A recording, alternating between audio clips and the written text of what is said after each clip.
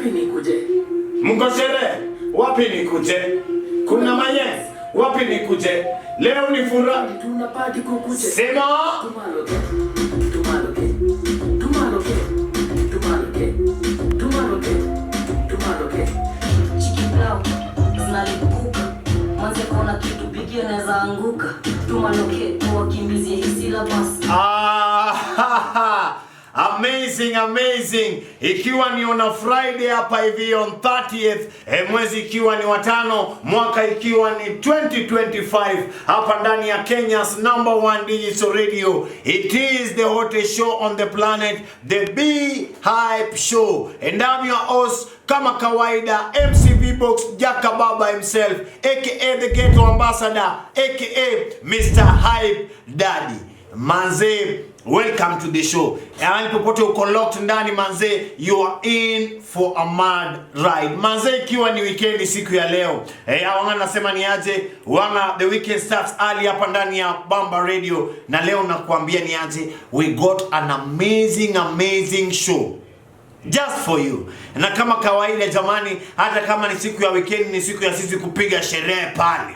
Lakini ndani ya studio jamaa, niko na Doc kama kawaida for makala ya afya. Saizi tuko nyuma ya microphone. Aha. Kwa minajili ya kuhamasisha umma. Yeah. Mambo ya afya. Doc, kwa nini kidogo nimekuwa natembea pale kwa streets za social media, na nikiangalia pale kesho inakuwa siku ambaye no smoking. Na ningependa kuuliza sana. Jumi sijaelewa sana, ni hata ni post nimeona mtu amepost pale mtandaoni, niko like sincerely, is there a day like that? Yani kuna siku imekatazwa dunia mzima ya kwamba mtu afai kufanya kidogo pale. 31st Mei ya kila mwaka ni siku ambayo imetengwa wakfu ili katika kitengo cha afya waweze kuhamasisha umma madhara maathari za kuvuta sigara. Kwa hivyo leo nikasema, kwa sababu kesho ni 31st May 2025, nikasema tuweze kuangazia madhara ya sigara. Ili unajua tumesema like health is wealth. Yeah. Tunataka watu waweze kuwa na afya nzuri ili wanapopambania malengo yao kibinafsi, hata yale ya jumla kama kazini hivi, wawe katika hali nzuri kuweza kuyafikia. Sasa leo nataka tuzungumzie madhara ama athari ambazo zinafanya yule mtu ambaye anavuta sigara huenda zikamjia akawa mgonjwa. Unamaanisha kwamba umejua sisi pale kidogo tumezoea, kuna watu wanasema ya kwamba kuna wakati nilikuwa nimeenda studioni mahali kwa tumeenda kurekodi nyimbo, na kuna producer akaniambia kwamba kama kaniuliza kama wanga navuta sigara, nikamwambia hapana. Kaniambia kwamba unafaa kuwa unavuta mara moja inafungua sauti wakati unaingia studioni. Na leo uko hapa, nataka tueleze hizi madhara kwa kina na ubaga, tuweze kujua, ndio msikilizaji wetu pia akiwa pale, kama yeye ni mtumizi ama ni mzoefu wa kutumia sigara, ajue ya kwamba maisha yake ama afya yake katika hali ya hatari. Okay, katika ulimwengu kwa jumla kuna vitu zinaitwa myth na kuna factual information. Yes. So nadhani hii inaendana na tuseme jamii tofauti. Ukifanya utafiti vizuri utapata kwamba katika kila jamii ama culture fulani wanakuanga na hulka kama tabia fulani ambayo wanafanya. Kweli. Ukipigia research vizuri utapata kwamba haina msingi wowote. Sasa moja wao ndio yenye umetaja kwamba unapovuta sigara inaweza fanya sauti yako ikawa vizuri. Hiyo ni myth.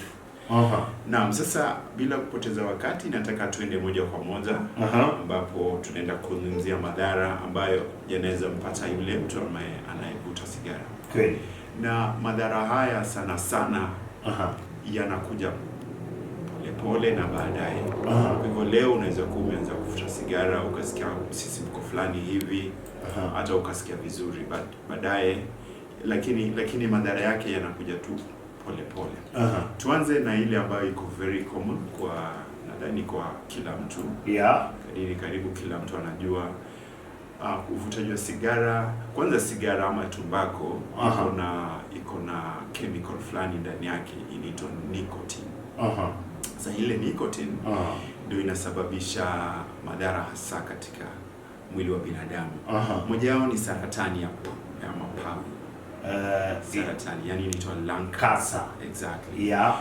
So ile nicotine inapokaa katika mwili kwa muda mrefu sana. Na unajua unapovuta sigara, yes, ile pumzi ama ule mvuke wa ile sigara, yeah, unaingia kwenye mapua. Alafu tulikuwa tumezungumzia awali kwamba air ni principle ya afya, sio kweli? Sasa kama hewa yetu imechafuka kweli na tumeichafua hasa katika hiyo hali ya kufuta sigara, ile nicotine itaingia mpaka ndani ya mapafu ama the lungs. Yes. Ikienda pale inaweza affect DNA, alafu ikafanya zile seli ambazo zimefanya mapafu zikaanza kukua namna ambayo huwezi dhibiti. Maana kanza tunasema is uncontrolled cell growth. Uncontrolled cell growth. Kwa kawaida hata hii ngozi yetu unaona imelainika vizuri. Labda ukiona binti mrembo, yeah, ule binti naona pale, ile ngozi yake imelainika vizuri. Lakini ukiwa na kansa ya ngozi, zile seli za ngozi zitaanza kuwa kubwa, ziwe kubwa. Yaani namna ambayo inadhibiti mahali seli ikianza kuwa kubwa inafaa kufika, ile kinga inatoweka. Sasa seli inaanza kuwa kubwa tu hivyo na inaleta sura mbaya.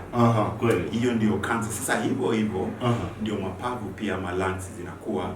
Ukikuwa unachukua nicotine ambayo iko katika tumbako, ndio tunasema sasa uvutaji wa sigara una madhara kama hayo. La moyo. Shambulio la moyo. So mtu anapokunywa sigara, yes, imeonekana kwamba ni risk factor. Yaani ni hali ambayo inamfanya mtu aweze kuwa ama chances yake kukuwa na heart attack inaweza kuwa juu. Tumesema madhara ya sigara yanakuja pole, yani yana accumulate pole. Kwa hivyo unapoanza kuvuta sigara unaweza kuwa uko sawa, lakini baadaye kuna hiyo risk ya kuwa na shambulio wa moyo. Na shambulio la moyo ni mahali ambapo ule mshipa wa damu unayopeleka damu kwa maso ya damu, ghafla unazibwa. Lakini sasa ule mshipa ukijifunga, ina maana zile nutrients haziwezi fika katika ile maso ya heart. Yeah. Na ikijifunga ghafla, ile seli ya heart ama maso, yeah, kwa kimombo ama katika taaluma ya medical tunasema myocardial infarction. Myocardial infarction. MYO ni prefix inayomaanisha muscle. Yeah. Cardial ni inaashiria moyo. Alafu infarction ni jina la kitaalam linalomaanisha kufa kwa seli. Yeah, so it is death of the muscle cell. The heart. Exactly. Sasa tunaangalia ya heart, sio? Sawa. Sasa ikifa inamaanisha moyo hata unaweza anza usipige vizuri. Kweli. Kwa sababu katika moyo kuna electricity. Sasa seli zikifa, ile transmission ya electricity inakatika ghafla. Manake sasa moyo ukikataa kufanya kazi inavyofaa, ina maana damu iwezi kufika kwenye brain. Na damu isipofika kwenye brain vizuri kwa muda mfupi, basi mtu anaweza kufa.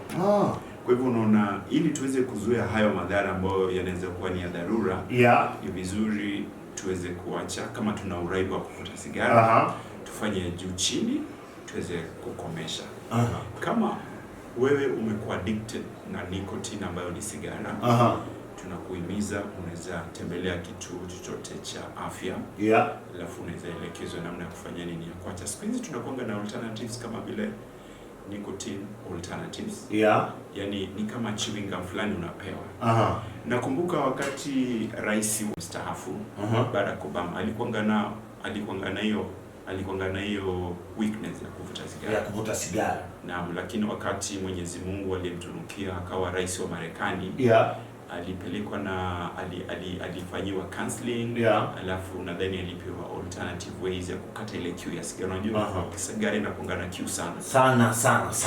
Exactly. So Wakati ile kiu imekuza, kuna kuangana gamu fulani mtu upewa, Yeah. unatafuna, alafu ile kiu inatoka. Baadaye nadhani aliweza kudhibiti hiyo hali, na uliona ni baadhi ya marais wa Marekani ambao walifanya kazi vizuri sana. Hakukuwa na kashfa aina yoyote sana. Alafu Mwenyezi Mungu amemtunukia pia na ile kipawa cha kuongea oratory skills sana. Akiingia kwenye bodi kila mtu anashangilia. Yeah. Na unajua tukasema ukiwa na afya nzuri namna hiyo, uko na energy, talent yako unaikuza vizuri, alafu unakuwa mtu wa maana katika jamii. But imagine sasa wewe vile sasa tunapenda kusikiza hivi, alafu tunasikia Vicky amekuwa mgonjwa, unajua hii show tutaanza kutafuta mtu mwingine, hata akija hawezi ipiga vile unavyoipiga. Kweli. So ndio sababu tunasema jamani, sigara si nzuri, tuweze kuitoa ili tuweze kuzuia haya madhara ambayo yanaweza kuja na sigara. Kianza jamani, mkuje na karatasi na kalamu, alafu unanakili chini. Kweli. Nyingine inaitwa COPD. COPD. Exactly. Yeah. Hiyo ni acronym inayosimamia chronic obstructive pulmonary disease. Turudie tena kwa msikilizaji wetu ili aweze kuipata kamili. Tumesema acronym yenyewe ni COPD, ambaye C inasimamia chronic, O inasimamia obstructive, P pale inasimamia pulmonary, alafu D ni disease, ya? Disease. So COPD, chronic obstructive pulmonary disease. Sasa chronic ni jina la kitaalam katika uga wa udaktari ama medicine, inamaanisha kwa muda mrefu. Na kwa hivyo aina hii ya ugonjwa huwa ina develop after a long period of time. Kumbuka tukianza kufanya introduction tulisema madhara ya sigara hayaji mara moja kama vile malaria tu.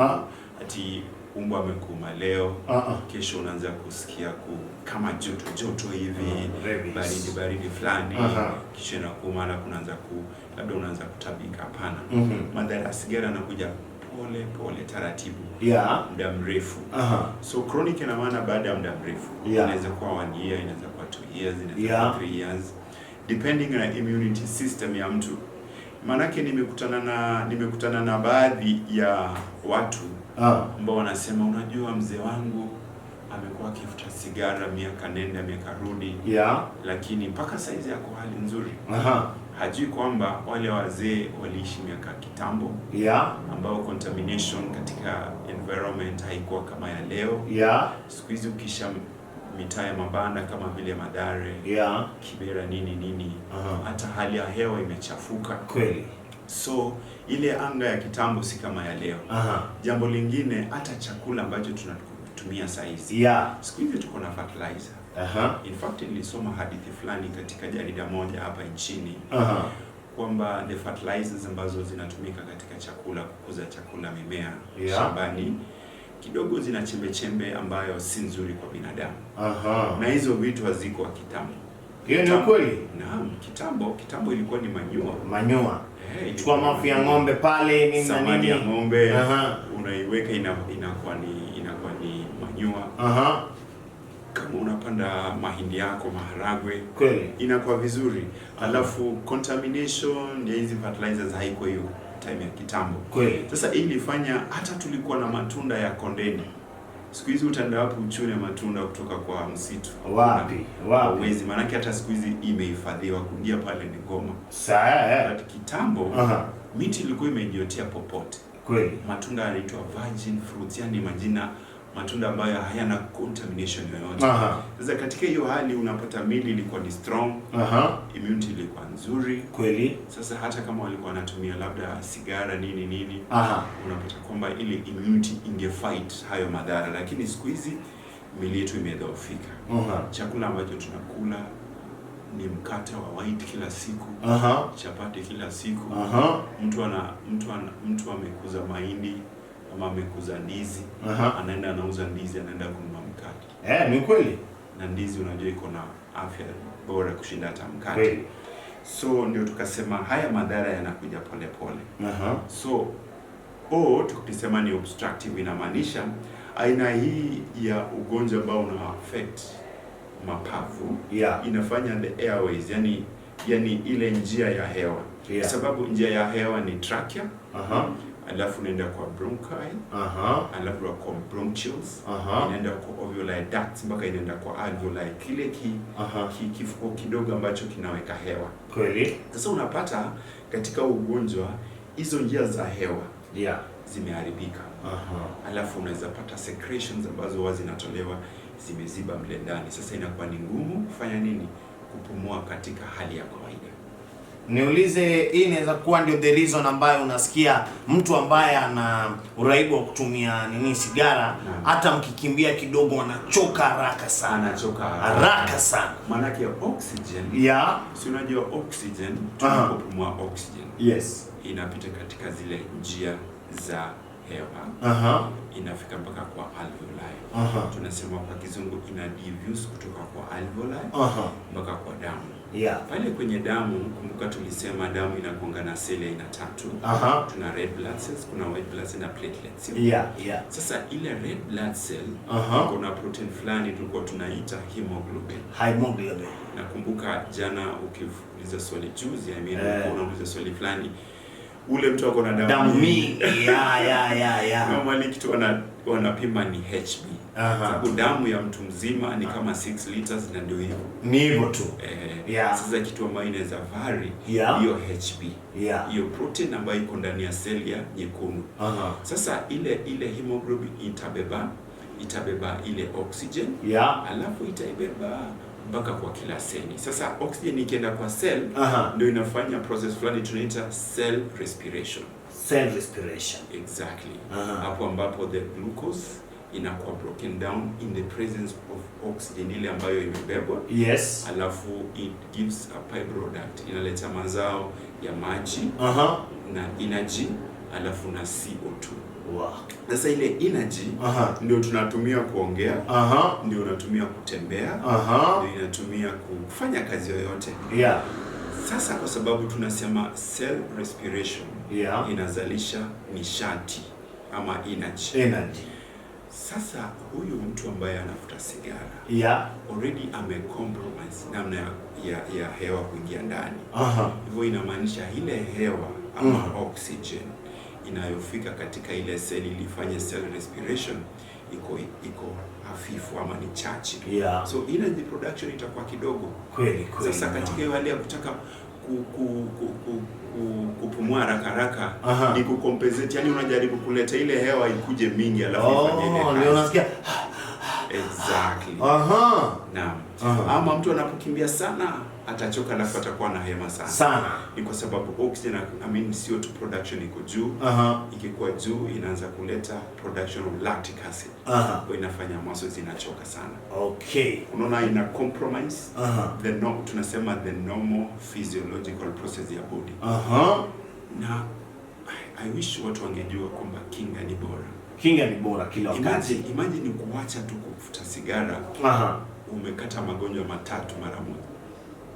Umekata saratani, umekata uwezekano wa kupata saratani, umekata shambulio wa moyo ama attack, na umekata COPD. Amesema hii inakuja sana mtu akifuta sigara kwa muda mrefu, na huo muda mrefu utakupata ukiwa umeanza miaka yako imeanza kukua mingi. Tuseme umeanza kuwa 50, umeenda 60, umeenda 70, si ndio?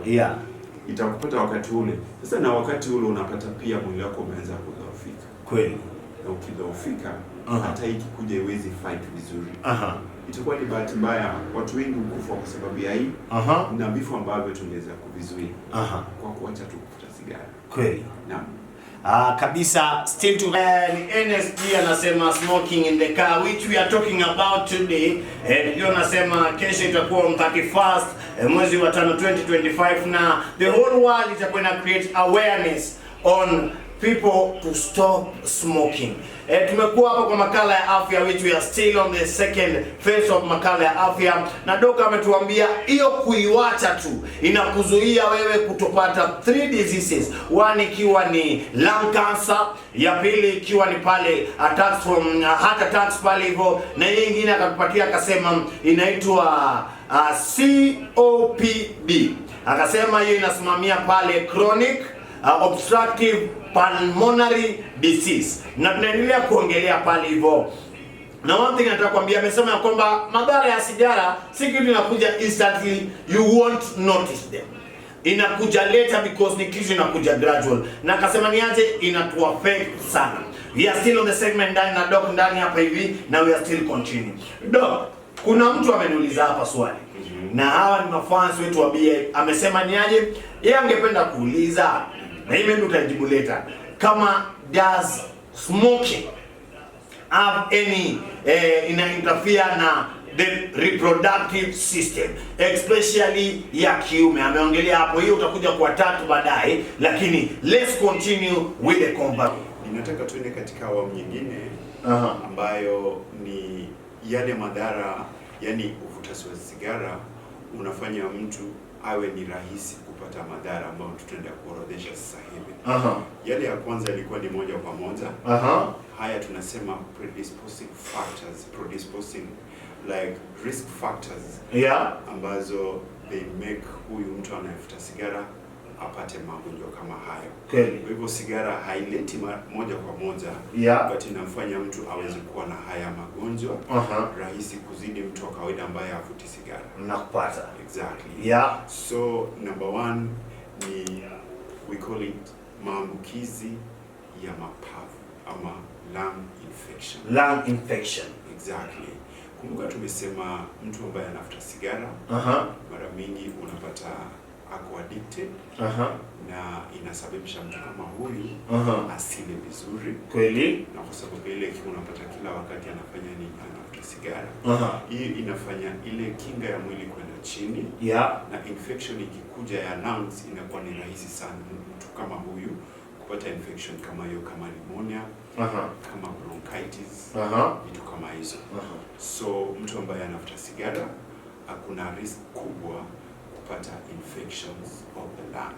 Naamini tu ya kwamba baridi peke yake ndio ina cause pneumonia. Umesikia, the moment unavuta sigara pale uko na high risk ya kupata pneumonia kuliko mtu ambaye avuti sigara. Exactly. Thank you. Ugonjwa wa pumu. Hususan kwa maana kwa kizungu asthma. Asthma. Exactly. Na ugonjwa wa asthma unaitwa pumu kwa Kiswahili.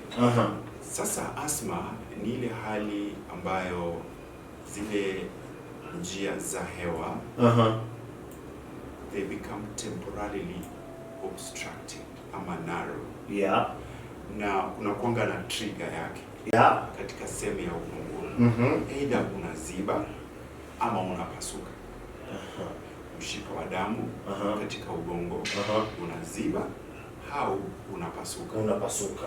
Ukiziba ina maana kuna sehemu fulani ya ubongo ambayo function totally, haitapata damu. Manake kwa damu, kumbuka tumeangazia sana damu, ndio kuna oxygen, ndio kuna nutrients, na zile waste product kama CO2 zinatolewa. Kweli. Sasa ina maana ile sehemu, zile seli za ubongo hazipati oxygen, hazipati nutrients, na the waste products zinakuwa generated mle ndani hazitoki. Hiyo ina maana hiyo seli inaweza kufa. Ndio tunaita stroke. Yaani unataka unasikia mtu amekuwa paralyzed. Exactly. Sasa unajua ile sehemu ambayo imekufa huwa ina control sehemu fulani za mwili. Kwa mfano sehemu ya kushoto ina control sehemu ya kulia ya mwili. Sasa ile stroke ikikuja, ule mshipa ukipasuka sehemu ya kushoto, ina maana sehemu ya mwili ya kulia itakuwa na itadhoofika, ambayo tunaita paralysis. Exactly. So that is it. Sasa ule mtu ambaye anavuta sigara, chances yake kupata stroke iko juu. Tunaongoja kesho because tumesema tukuje leo because kesho ndio tuna create awareness for people to stop smoking around the world. Na Doc amedecide leo tulikuwa tunaongelea effects of smoking, na ni one of the thing imekuwa ni needs. Mtu anasema ni aje ya kwamba ameona babu yake ama ameona babake amekuwa akivuta sigara for long time na hakuna kitu yote imefanyika. Doc amesema kwamba the condition ama the environment ambao tulikuwa back then yenye tuko sasa hivi haifanani totally. So the only thing is because you don't get the enough nutrients all the exact means zilikuwa zinahitajika back then, because most of the time kila kitu ilikuwa inatoka kwa forest pale, zilikuwa vitu ambazo zinaguzwa na fertilizer. Right now tupate hizo nutrients, yeah. So the best way ya wewe kuavoid maneno yote ni to stop smoking. Doc, niko na swali moja.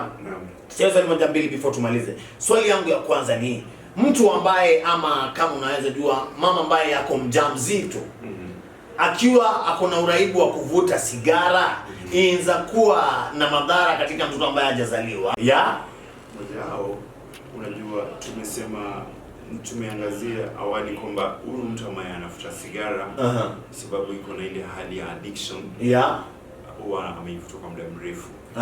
Na in fact kama kuna mama mjamzito, kwanza before anze kufuta kwa mjamzito, unapata ni kwamba hiyo imekonga tu ni tabia yake. Kweli. Kwa hivyo hata kiwa wakati wa ujauzito, hata kwa anapoenda maybe clinic ya watoto, wangu wanafanyiwa counseling, naambiwa namna ya kula, vile vitu ambavyo wanafaa kuavoid, na moja wao ni pombe na nyingine ni sigara. Kweli.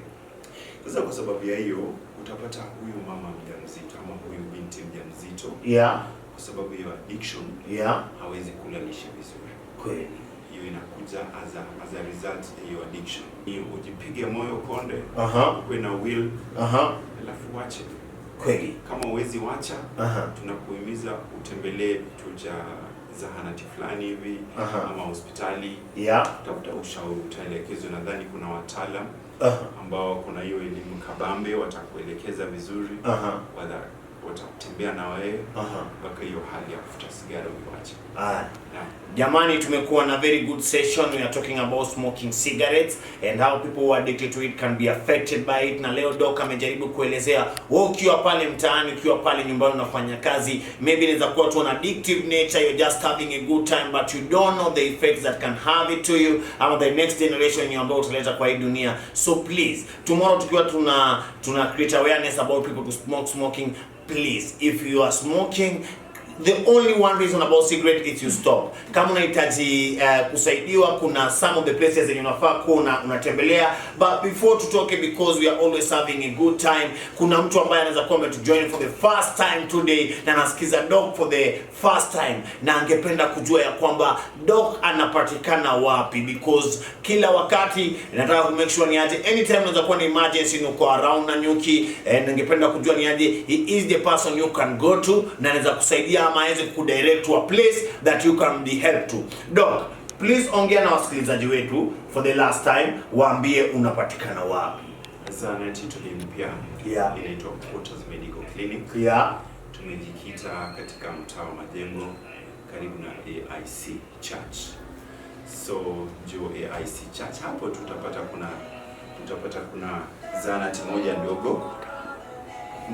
It is an outpatient clinic. Na ni zahanati ndogo na tuko wapya. Ukitaka kuwasiliana nasi, namba ya WhatsApp ni 0783 99 995 0783 995 Alafu ukitaka kuandika barua pepe ni quartersmedics@yahoo.com. But ukiwasiliana nasi kupitia kwa simu na WhatsApp, nadhani tutakupata.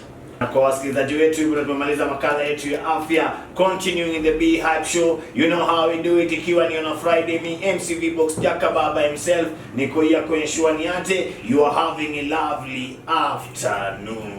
Twende kazi.